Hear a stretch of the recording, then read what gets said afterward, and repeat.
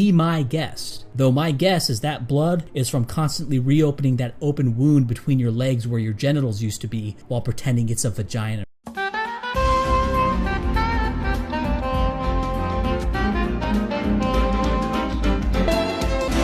When you see all these Minecraft videos on YouTube like Minecraft, that's a sign of a sick civilization. It stinks.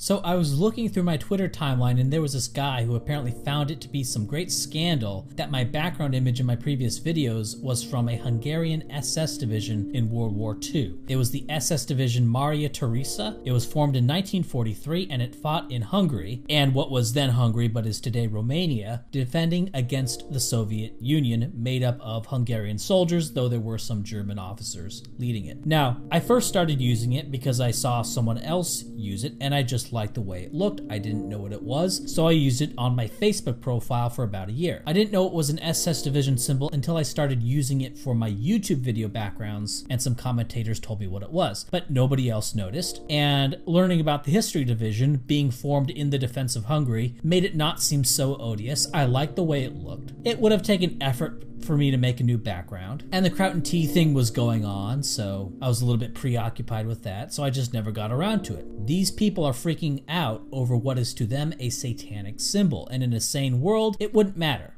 I would just keep it up. But I don't want to have this come up again, and here's something to consider. I exist in a world where someone can just say, the alternative hypothesis used a Nazi SS symbol as the background of his videos. And while even that probably wouldn't matter, as the people kvetching about it are people who hate me anyway, and they're desperate for some kind of win, especially after the Kraut and Tea BTFO, there's no reason for me to use it at this point. But this insane reaction to symbols got me thinking about cults, how someone can be so deeply indoctrinated as to believe certain symbols have some mystical evil thing about them. Another thing about that, you don't see this kind of reaction to a hammer and sickle, let alone the insignia for a division in the Soviet army, let alone a division made up of foreign soldiers in the Soviet army. It would be like if someone used the insignia of Mongolian Soviet soldiers and then a horde of people started kvetching on Twitter about the atrocities of the NKVD and saying that I support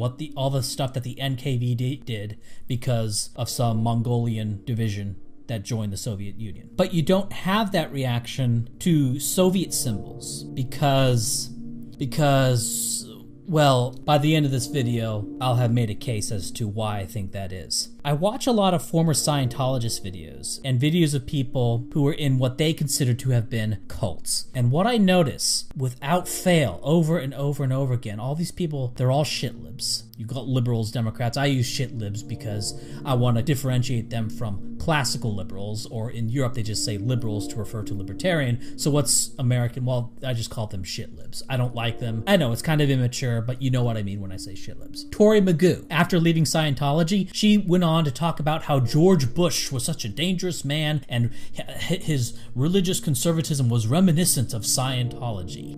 I mean, and now you hear that today and go, that's an absurd joke. The idea that George Bush and Christian conservatism in the US is some great overarching terrible menace, it's fucking retarded, but that's the kind of stuff shit libs say. And what's amazing is that these cult people will say, it's often very intelligent people who get involved in cults. Or, the more mind you have, the more mind there is to control. That's what David Hassan likes to say. And I'm sure that makes David Hassan feel better about himself, and that there's no common thread among the kinds of people who join cults. But to an outsider looking at what's going on here, it's balls in your face obvious that there is a very common thread, and that thread is being a shit lib. It's being a puritanical election process now, as painful as it is to look at it. You find Trump and his people putting forth a narrative that all is incompetent and America is collapsing. And it's because of the incompetence and the misbehavior or the desire to make America collapse on the part of President Obama and all of the officials who work with him, including Hillary Clinton. And you must elect Donald Trump in order to reverse the narrative and, quotes, make America great again. And if I can say something about the Trump phenomenon, please. To a degree, it's cultic. That is, there are many things that go into it. There are many ways of looking at him, including his narcissism and a kind of totalism. But without going into all of them, when you watch him at his rallies, he's like a kind of guru who's shouting out truths and getting religious-like responses from the group. Lock her up, kill her even. It's also got a violent quality that he's calling forth. And with the guru, it isn't so much a thought process, it's a profound feeling that the guru is providing a path for everyone's immortality. And only by following him can you have this eternal and pure existence. Right. And you feel that, at least in the hardcore of Trump followers. I'm hopeful. I think that there's still enough intelligence in the general American electorate to reject that narrative in general and to prevent his being elected president. But being of Jewish background, I know you are too, being educated about the Holocaust, all of that we've been through, to even have somebody reach a level of running for president of the United States of America with these qualities Yes, it's are very so reminiscent of an Adolf Hitler or a Mussolini or other totalitarian dictators is so upsetting. Yes, and you don't have to be Jewish to be upset by this. Right, but I mean, for me personally, Yes, of course. that's part of why I've been so public for 40 years after my own cult experience, was like, they did this to me. Mark Twain talked about the archetype that we all know, which is the crazy, puritanical cat lady who would tattle on anyone who drank or anyone who smoked or anyone who cursed or anyone who gambled or anyone who used the Lord's name in vain or deviated from supposedly correct conduct at her place and time in history. She would always tattle, she would always spy, she would always be aware of whatever sins you are committing. I'm old enough to have known multiple versions of this puritanical cat lady. This person can be a religious nutter, or she can be a political nutter. SJW is the term of choice today. The crazy black studies or the crazy gender studies cat lady who's always looking out for racism or some sort of ism remark that you're making. The old German woman who calls the government because she heard you say that the Arabs that moved in and bankrupted your town aren't just the most wonderful thing since sliced bread. This is the kind of person who seems to get involved in cults, who seems to get sucked into the cults. In 1984, in that book, in 1984, the government relied on these kinds of aggressive conformist types, these cat lady types, to enforce the values of the current regime. Cat ladies like David Hassan. And I've listened to these people go in great depth on how Scientology has terms for bad people. It has terms like WOG, suppressive,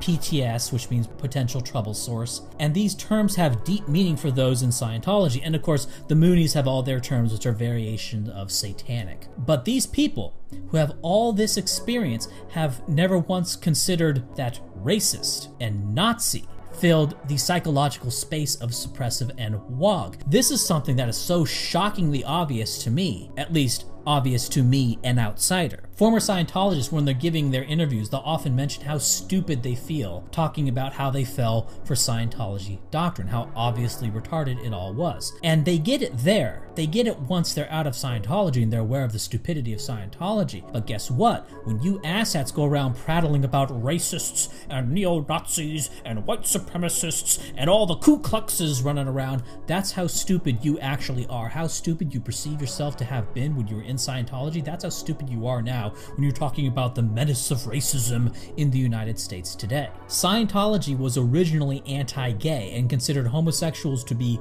1-1 on the tone scale, which is about as evil as you can possibly be according to Scientology. The sensibilities of the meta-cult Scientology broke off of changed to where gays are no longer evil, and thus Scientology had to revise its doctrine, just as Hillary Clinton revised her doctrine to be in favor of gay marriage as soon as the meta-cult moved in that direction.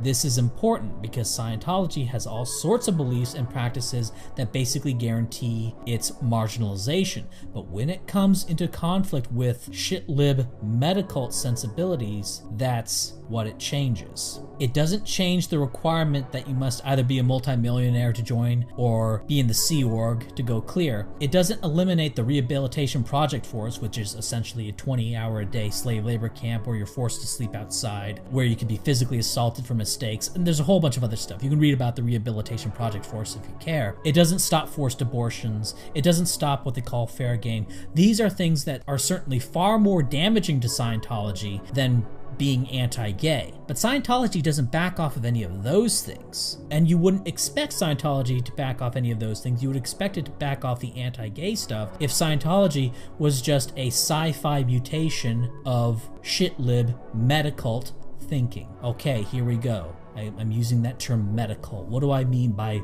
metacult? What I mean is that these cults are nothing but a mutation or an offshoot of what we call progressive liberal shit-lib thinking. It's a metacult. One thing they all have in common is a denial of genetic heredity. Secular cults will appeal to some kind of radical environmentality of all human traits. There's nothing hardwired. That the nature of the world is such that man can be radically altered to where communism can work, or where all kinds of groups of people can be smushed together and eventually the problems will wither away as all humans are fundamentally the same. Spiritual cults in this way will tell you that you're really just a spirit, that this flesh body is just a vessel for your spirit or Thetan or whatever that bullshit is. And this denial of heredity fucks people up.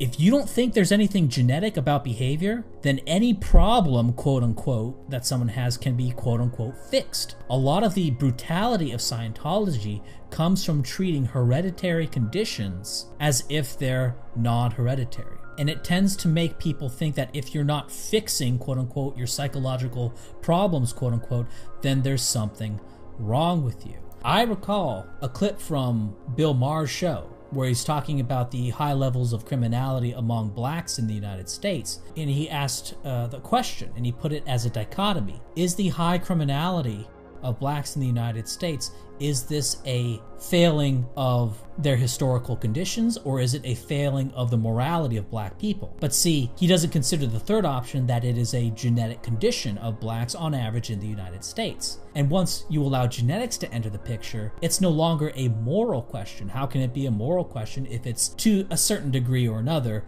determined, softly determined, not hard determined, but soft determined by their genetic condition? You become a lot less judgmental. It's the opposite of what a lot of people imagine. You become a lot less judgmental when you think things are down to heredity as opposed to being purely determined by environment. People are what they are, and there's not a whole lot you can do to change them past a certain point, and especially past a certain age in their life. Just keep them separated and be done with it. No grand projects, no universal doctrine, because there's no universal man. And there you see it. One thing about all of these cults is that they have a universal doctrine that's for everyone. Everyone needs to adopt these values. Everyone needs to adopt these beliefs because everyone's fundamentally the same. Another aspect of shit-libbery is family dissociation. It's amazing to hear all these cultists, former cultists, talk about how terrible cults are and that they tell people to dissociate from their family. And they say this. I'm listening to this and I'm thinking, hello, come up to present time, buddy. Shit libs are 3 times as likely as conservatives to dissociate from friends and family over political disputes. And the intolerance of dissent among them is not immediately obvious until you start to fundamentally challenge their beliefs. Because there are really lame, weak sauce, quote unquote, conservatives who don't challenge any of the basic beliefs. Sure, you can shill for free markets or free trade or even gun rights or some other non-essential item. But as soon as you start questioning the underlying narrative in a serious manner, such as questioning whether blacks actually suffered under segregation or whether there was anything wrong with not wanting to be around black people or wanting to have, your own neighborhood for whites or a pool for whites, or if the races actually have equal genetic potentials. When you start questioning these things, that's when the cult language starts flying at you. That's when you're a racist. That's when you're a Nazi. That's when you're SP declared. That's when the university will stop associating with you. In the Soviet Union, geneticists that didn't embrace epigenetic determinism, The idea that the effect of genes was purely a result of environment, or Lysenkoism as it was called then. They were sent to be re-educated, and it wasn't until the 1970s that the Soviet Union started to do real genetics research and move away from this epigenetic determinism. What would the world look like if Scientology ruled the world? Well, kind of like if Trotsky or, some of the other real hardcore Bolsheviks in the Russian Revolution ruled the Soviet Union. That if the moderates didn't take over the Soviet Union. People would be constantly sent to tolerance and sensitivity training to be re-educated. So we have the original sin, and it's the crime of whiteness. That's the point of white privilege. That's the point of saying even if you're a poor white, you still benefit from white privilege. You benefit from all sorts of past oppression, the lingering effects of past oppression, because you are white. And if you are black, you are at all sorts of disadvantages because you are black. Now, in arguing against all of this, you're allowed to meekly argue against the policies. You're allowed to make these very weak and timid appeals to morality and to individualism and to bootstraps. And this creates the illusion of debate. But as soon as you start mounting any kind of vigorous opposition to what is said about slavery, to what is said about segregation, to what is said about genetic equality between the races, which undergirds everything. All of these beliefs require genetic equality between the races. Once you start questioning any of that, then you are racist, Nazi, Ku Klux, and that is not allowed. So you can Dennis Prager it up all fucking day, but as soon as you start getting serious, then you start getting shut down. And the result is non-cultists get herded into the Dennis Prager zone, into making only the very weakest arguments against this meta cult. When 4chan started going around posting signs saying it's okay to be white, most normal people didn't mind. Not blacks certainly didn't mind. Oh, it's okay to be white? Fine, it's okay to be white. They just said whatever. But the meta cultists went ballistic, because it was pointing out some underlying truth amongst the shit-lib medical, which is that it's not okay to be white. And having a big sign saying it's okay to be white, what it highlights is the claim of the medical, which is it's not okay to be white, that you are evil for being white. It puts in stark relief the underlying aggressive and malignant racial doctrine of the meta-cult in today's day and age. And they even have their little cult chants at their compounds. Oh, let me tell you about this kind of crazy cult. Now, there are these people that they tell you that you should give up 4 years of your life at minimum, often more, and it's increasingly becoming more and more. You're increasingly required to spend more and more years at these places. And you have to spend 4 years to go clear. I think it's to go or get a degree, or one of the two. They've said for decades that going to the university, it's going to raise your IQ. But that's been shown to be mostly false. At most, you can raise your IQ by around 5 points right after college, but that's on what's called non-G loaded subtests, which is, complicated to explain what that means, but really it doesn't matter that much. And it's lost after about 2 years. So you're not actually getting any smarter going through all these sessions and stuff. Scientology also claims to raise your IQ as well. And it's been shown that, going into Scientology for a little while raises your IQ straight away, but these effects fade out. And frankly, Scientology probably temporarily raises your IQ about as much as getting an English literature degree does. Most people don't get jobs relevant to their degrees anyway, and what they're taught usually doesn't have any real-world application. If you get a math degree or a history degree, you're very unlikely to actually use your degree at whatever job you end up getting. And increasingly, trades or mere job experience results in not only earning more income because you get to work earlier, but you max out at a higher income as well, and plus you don't have all the debt from trying to go up the bridge to total freedom or get the degree. So Scientology likes to target actors and point out how Tom Cruise and John Travolta got big thanks to Scientology. But if you spent that time learning a trade or having work experience instead, you'd be earning much more than you would from a history degree, and you wouldn't have to be paying $40,000 a year going up the bridge to total freedom. There has also been an uptick in service industry jobs considering against people who have certain degrees. Oh, you have a degree in gender studies. Okay, so what that means is that you're a walking lawsuit waiting to happen. Yeah, I think not. I think you can go sit out on the street and have no money and just die, please, thanks. Or even if they have a history degree or a psychology degree, an employer may look at that and go, wow, this guy probably has too high of an opinion of himself and will try to demand more pay or start giving me advice on how to run this operation. No, I think I'll take the kid right out of high school who has far fewer preconceptions of himself. And if you want either a degree or to go clear in Scientology, well, you better have a lot of fucking cash. And even after you spend all of this cash, the universities and Scientology will send out letters demanding straight-up donations. This is what is known as a live-in cult. Now, some cults, they live normal lives outside of the cult, but for the university, you spend 4 years on campus. Now, you can have part-time jobs outside as well to earn money to fund the university operations, but you're living on the compound. And they have diversity training or tolerance training, which sounds nice. Of course, all this stuff sounds nice, right? All the stuff Scientology tries to sell you, it sounds very nice. But as is common in cults, it's actually a rather malignant indoctrination designed to get you to feel bad for being white, an original sin you can never absolve of, and it's infinite. You cannot undo the white privilege sin. That's why these posters, "It's okay to be white," are so devastating to people who are inside of this metacult. To an outsider, it's okay. I don't know. They might be a little bit confused as to why you're doing that. Why is it such a big deal to say it's okay to be white? Of course it's okay to be white. That's because you're on the outside. But when you're inside that compound, it's being drilled into you that you're bad for being white, and you can only have any semblance of absolution by doing all of the things that the social science departments in those places tell you to do. And this, of course, then filters out through media organization, right? There's all sorts of Scientologists scattered all throughout the media organizations. Most journalists come from Columbia. Knowing all of this, it's no wonder that cults have stopped trying to actually engage with their opponents. When they did, they just got wrecked. So I can understand why David Miscavige, the head of Scientology,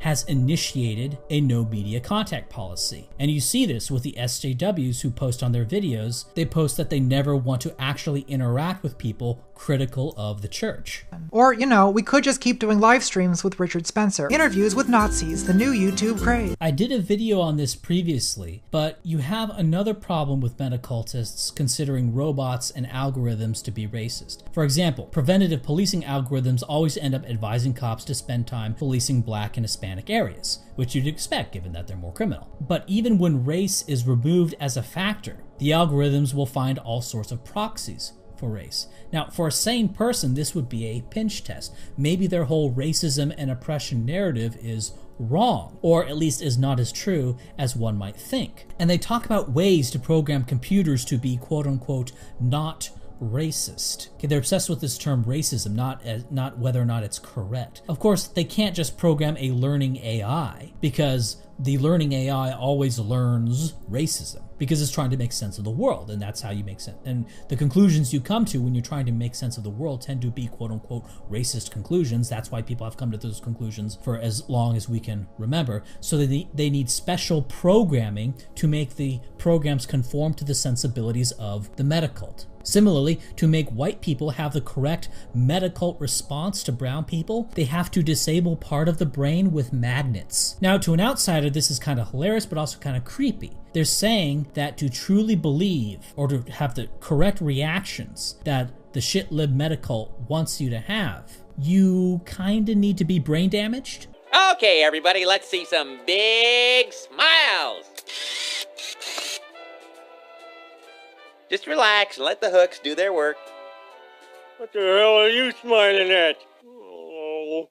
Now, in case all that smiling didn't cheer you up, there's one thing that never fails. A nice glass of warm milk, a little nap, and a total frontal lobotomy. It's not so bad, Homer. They go into your nose and they let you keep the piece of brain they cut out. Look. Ooh, hello. Hello there. Who's that big man there? Who's that? Join us, Father. It's Bliss. But of course, once you're in this, You know, the people writing this article, it's like a serious progressive research. Oh, this is a great way. We're learning how to overcome prejudice, right? Just like you need special code to get machine learning artificial intelligence to overcome the anti-black, prejudice? No, it's postjudice. It's a machine learning algorithm. But I don't know what they're thinking, that there's some anti-black prejudice inherent in transistor gates or something. All this would be very funny if it weren't so dangerous. Since affirmative action was outlawed, the University of California system engaged in what they called holistic admissions. And what they did was take into account things like poverty, the school someone went into, the family situation, and other various wild card hardship factors. But the problem is that even when they controlled for all of these things, which were in my opinion spurious controls in the first place because it's sort of chicken and egg, like if you have somebody with genes that make them have low IQ and be poor, those genes are going to be passed on to their children. And so all these factors may just be a reflection of the genes, not a causal of the low IQ and test scores, but that's a debate for another time. Gene-environment correlations, like, oh, chimpanzees have poor environments, improve the environment and they'll be just like humans. Well, so it's kind of a chicken and egg problem. But that aside, even with these, what I think are spurious controls, but even with these things controlled for, they were still getting almost all whites and Asians. The best applicants who scored as having bad environments were still overwhelmingly white and Asian. Instead of taking this as a refutation of their oppression narrative and a refutation of their kind of environmental determinist narrative, the UCs went back to pure racial discrimination against whites. They were unfazed by reality, that even with the same holistic score, they still had to discriminate against whites and Asians. The earth must be flat. To them, they had to, because if they didn't engage in pure racial discrimination in favor of blacks, there would be virtually no blacks at a UC school. Now, for a sane person, that's like, okay, that's the outcome. There's almost no black people who can get into UCLA. Oh well. But for a metacultist, that's intolerable. And it's also intolerable in a doctrinal sense. And this is where white privilege comes from. That there is some very difficult, unquantifiable, unverifiable, unfalsifiable force that permeates society, this white privilege thing. That even when you control for all of these factors in the holistic admissions, there is still an underlying white privilege that benefits the poor rural white in West Virginia over and above the rich black in Harlem. One very insightful moment I saw in a discussion of former Scientologists was how they were taught that they were bad people for not wanting to do what Scientology demanded of them. I saw horrible things going on, wholesale abuses. So I left thinking that I must not have the confront of evil necessary. Maybe I'm a little... You're weak. weak. Yeah, you're weak. Right. For but I could not do it. For being conscience. human and caring more about my new baby daughter than Scientology. Because you have integrity and conscience. Well, whatever. I mean, I made mistakes. But you looked at it as a bad thing. The point is, yeah, even leaving where I would not do the abuses, I knew there had to be something wrong with me, but I don't care. I can't. Well, that's the cult. Right. Saying it. I'm listening to this and I'm thinking, holy shit, guys, how can you not see that this is exactly what it's like when people try to guilt you for quote-unquote racism? How often have you heard of people who have negative views of Arabs or blacks or of mystery meat people who are told that they are bad people for having these views of these other groups? That you're supposed to have positive views of these people. These are good people, you're told. And I'm thinking about this, it's like, when someone tells you how much he doesn't care what you think, it's pretty obvious that he cares a lot about what you think. When he constantly tries to scream and bully you saying, I don't care, I don't give a shit what you think, he cares a lot. And when someone has to constantly scream at you and bully you with racist about how wonderful having blacks and Arabs in your country are, well, it's pretty obvious that they're not wonderful if they have to do all this conditioning and training and disable parts of your brains with fucking magnets to try to get you to like these people, to make sure that you have the correct view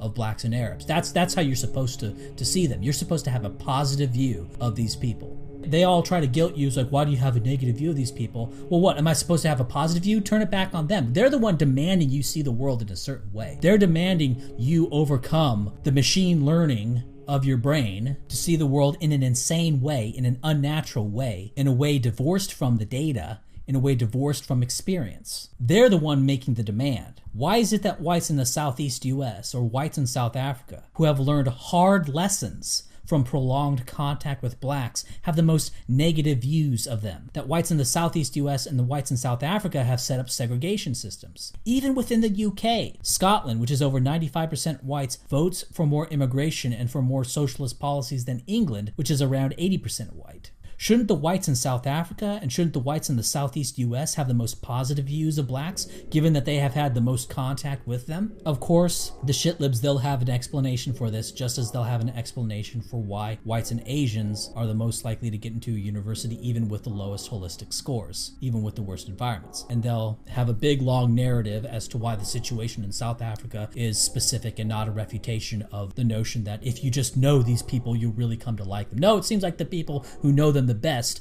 dislike them the most. And again, if you challenge this underlying narrative about what happened in South Africa or what happened in the southeastern United States, well then you're a racist revisionist. You're not allowed to challenge these things. You're not allowed to strike at the root. You're allowed to have free speech as long as it doesn't question the underlying narrative. So go back to making ineffective arguments about individualism and bootstraps. Go back to PragerU while just taking it on the chin that your people are evil. Or just say, well, I'm not evil because I'm an individualist or some nonsense that doesn't manifest in the real world, like individualism. I mean, how evil must you be to question the idea that your race is evil? Fuck you. Which brings me back to the Nazi thing. There was a movie back in 2003 called Memento. And I think it works as a fantastic allegory of how knowledge of the past is transmitted to later generations. The main character is a man who has no ability to write to long-term memory anymore. In essence, his memory is wiped every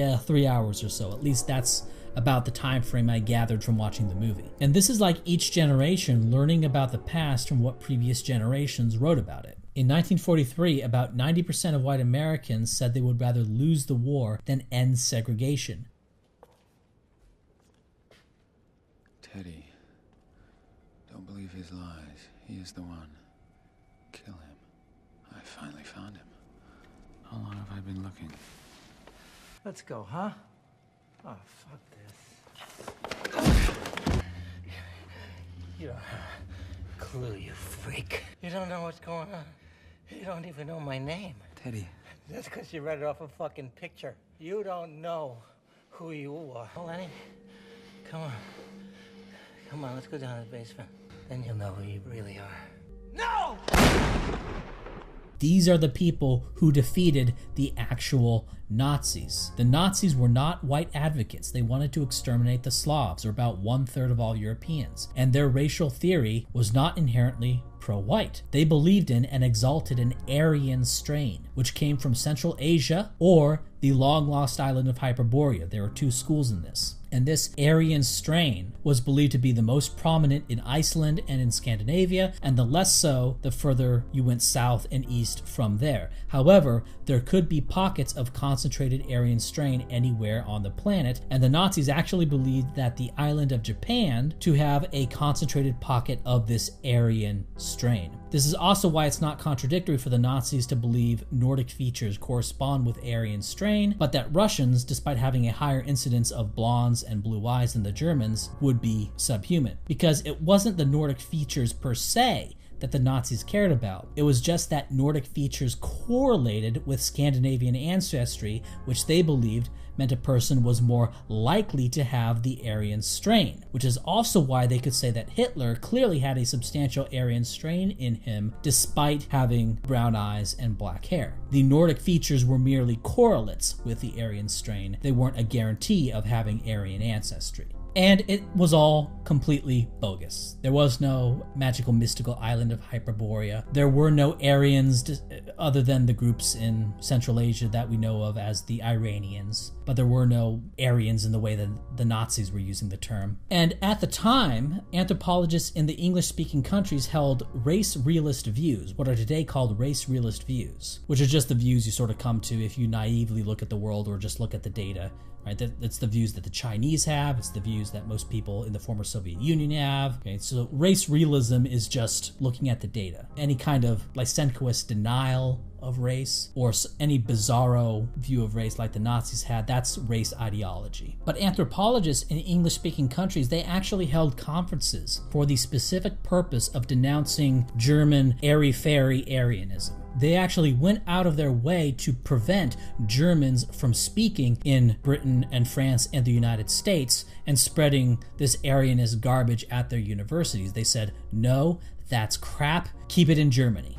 Well, I guess I can only make you remember the things you want to be true. Jimmy down there. He's not the right guy. He was to you. Come on, you got your revenge. Enjoy it while you still remember. What difference does it make whether he was your guy or not? It makes all the difference. Why? You're never gonna know. Yes, I will. No, you won't. I will. The real John G. I helped you find him over a year ago. He's already dead. I was the cop assigned to your wife's case. I believed you. I thought you deserved a chance for revenge. I'm the one that helped you find the other guy in your bathroom that night? The guy that cracked your skull and fucked your wife? We found him, you killed him. But when you killed him, I was so convinced that you'd remember. But it didn't stick. I took that picture. Look how happy you are. Fuck you. I gave you a reason to live, and you were more than happy to help. You don't want the truth. You make up your own truth, like your police file. It was complete when I gave it to you. Who took out the 12 pages? You, probably. No, it wasn't me. See, it was you. Why would I do that? To create a puzzle you could never solve? You know how many towns, how many John G's or James G's? I mean, shit, Lenny, I'm a fucking John G. I'm just someone who wanted to make things right. Can I just let myself forget what you've told me?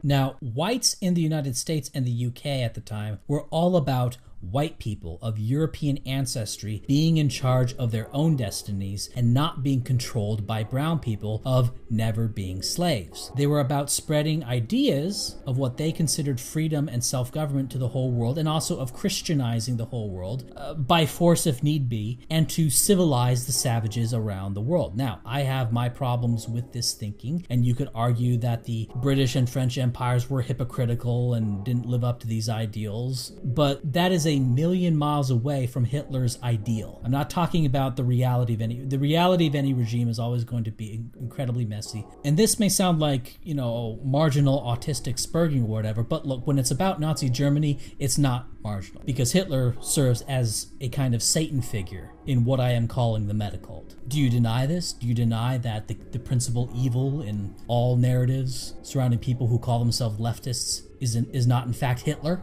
Hopefully this is not arguable. Hopefully I'm not having to make a case for this. So what has happened is that over generations, a great con has occurred, where if you have the views of race that 90% of whites in 1943 had, or that Eastern Europeans and Chinese have today, which is what has come to be called race realism, then you are a Nazi. See, you have the views of race of the people who defeated the Nazis. You're a Nazi.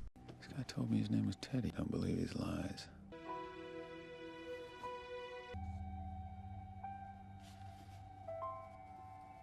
White male. First name John. Last name G for Gamble. Drugs. License plate. It's him. I found you, you fuck.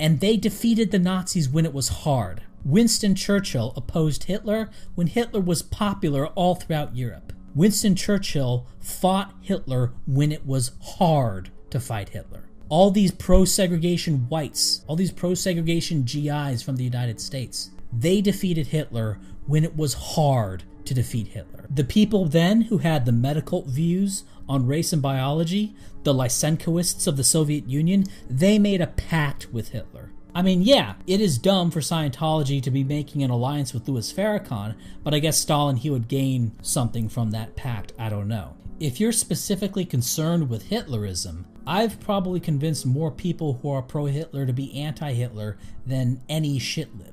And it's kind of like Nixon in China. Nixon could open trade relations with China because his anti-communist bona fides were so well established. Similarly, I can convince white advocates to stop falling for the Hitler trap because my pro-white bona fides are, at least I think, unassailable. And that gets back to how warped their cult thinking has become, or maybe it's just ignorance. They don't know what the Hitler regime was, so they don't realize how insane it is to think that I, or people like me, have anything to do with Hitler. And I'll deliver the punchline here. Anything that deviates from the meta-cult on race is Nazi. And I would say that the meta-cult today, it takes various forms. In the Middle Ages, it was centered around Catholicism and the Pope. And arguably, it had other transformations at other times in history. At one point in history, it was about the working class and property and communism and stuff. And today, it's a race cult. A race cult. Well, I've given you my reasons as to why meta-cult thinking today is a cult. And today, it's centered around race. They used to be anti-libertarian economics, caring about the environment in terms of the planet Earth used to be kind of a big deal. I guess trannies are somewhat of an issue nowadays. Anti-religionism used to be a very big deal, but now nobody cares about that. Today, it's all about race. The primacy of race has asserted itself vigorously. And anything saying that heredity matters, anything that doesn't think in terms of the spirit or some amorphous personality and an intelligence that is independent of the physical matter, the physical biology of the brain, a kind of implied secular spirit, a person independent of their biology, or if you believe in the manifestly sensible notion that people evolve differently in different parts of the world, if you believe any of this stuff, well then that's Hitler. And to these people who have these views, you're wrong. You wrote the wrong notes. A previous generation wrote some shitty notes because they had a beef against white people who took their own side. You already killed Hitler, and the whites at the time helped you do it. But now you've invented racism. The previous generation took the wrong notes, and now you think the people who defeated Hitler, who you could not have defeated Hitler without their help, that these guys are now Hitler. So I want to recap what I'm saying in this video. What is called the left is really just the meta-cult that all minor cults spin off of. We can get into delusional games and call Mormonism a cult, and sure, Christianity, I guess, was originally an offshoot of the meta-cult. But today, the most diehard Bible believers are more likely to be in opposition to meta-cult ideas. Mormons tend to be in favor of controlling immigration, for example. And another thing, a group belief that tells you to have a bunch of kids, such as the Quiverful movement, this is normal, healthy, and natural. A group belief that tells you to be celibate, that's at odds with nature, and it is extinguished under nature's veto. Let me put it like this. Poland isn't going to go around the world spreading Polishness as a universal doctrine that everyone should convert to. The frame, the meta, is that you have some universal doctrine to be spread around the world. You're saving people. You are out to save the world from something horrible. They'll say race doesn't matter, nationality doesn't matter, all that matters is the universal idea. Catholic is Latin for universal, the universal church. Contrast this with me, or if you're watching this video, probably you. I'll look at Africa. Oh look, Africa, it's really shitty. Oh well. That's my response to Africa. It's shitty, oh well. I don't need to save them. They are what they are. And there's not some great satanic force, colonialism, neoliberalism, white supremacy, and all that. No, it's just genes. Haiti looks like Africa. The black parts of any inner city look like Africa. In reality, these idea men, the meta-cult, they need a real physical people to piggyback on. For example, Bolshevism had to piggyback on the Russians. Islam had to piggyback on the Arabs. Christianity worked through the Western Roman Empire and then what came to become Western Europe. From these bases, the idea spread, but you have to have a real physical base. And in the US, it's important to see that you have a meta-cult right now, but it doesn't have a name. Liberal, leftist, these aren't real names, these are attempts at a name. And this meta-cult in America, this Americult, piggybacks on blacks and to a lesser degree on Amerindians as their base. Without them, the actual number of true meta-cultists could never carry the day, anywhere, ever.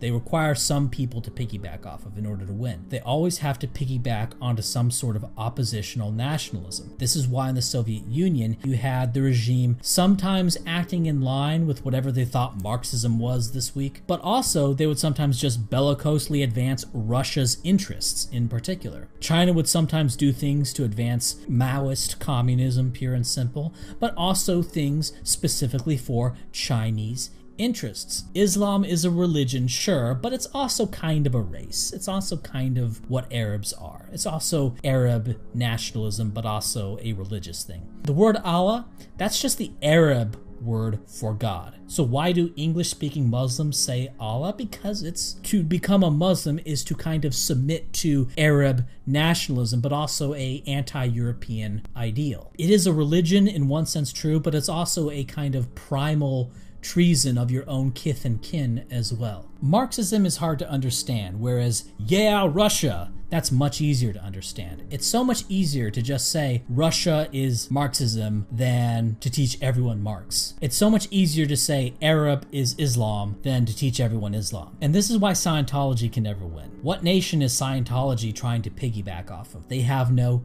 national base. Americultists probably don't know this to the extent I've explained it here. If they did, they would probably stop. If they knew what they were, they would stop acting that way. But they are at least phenomenologically aware that the victory of their ideology depends on voters oppositional to white America, just as the success of communism in Europe depended on Russian victory, or the spread of Christianity depended on white Europeans controlling the globe. And thinking of this actually gave me another kind of perspective. The Republican Party bosses are dominated by people who have a set of universal ideas, free markets, basically. And they're just trying to use white America as the base for these beliefs, which is why they're obsessed with trying to spread these ideas to other groups. It's about the idea, it's about free markets. Now, it didn't make sense to me. The Republicans have an internal demographic and electoral map advantage. Just close the fucking borders, hold on for a while, and then win the electoral college.